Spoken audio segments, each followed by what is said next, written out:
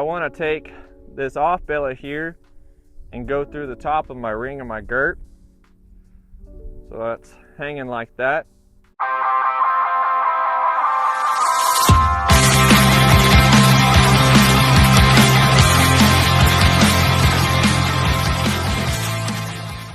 Give you a clear visual.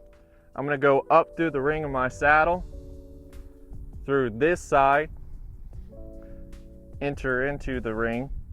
I'm going to go back through my Gert, top ring here,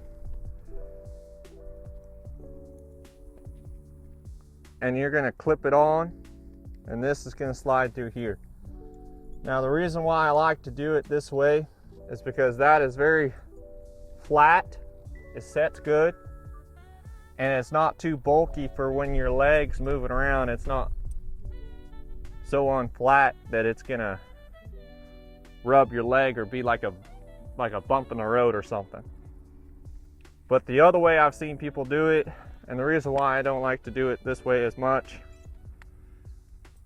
but it's kind of preference, is they run it through the top of the ring of the saddle.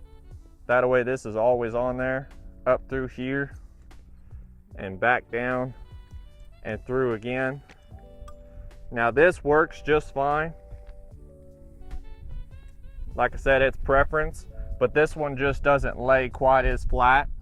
As you can see, it builds up a little more.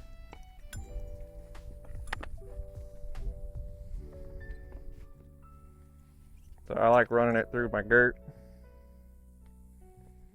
Get it through that ring. Have something like this. Go through the ring of my saddle. Back down. Nice and smooth. Now this off billet is pretty long, so I really like these tuckaways. But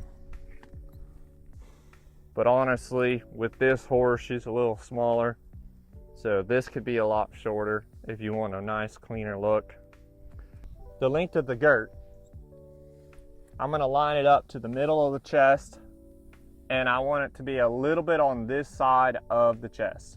You can see this O-ring is pretty much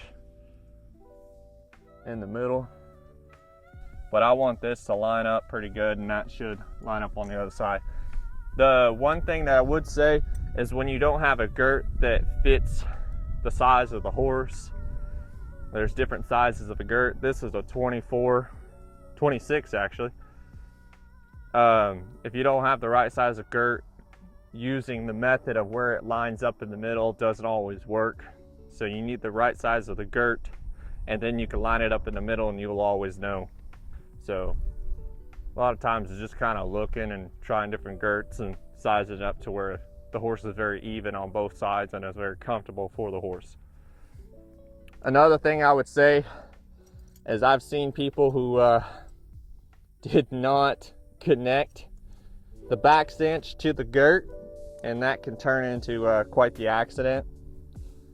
But if you're trading out Gerts or something, this can pull off completely like this, and it's always connected to your back cinch.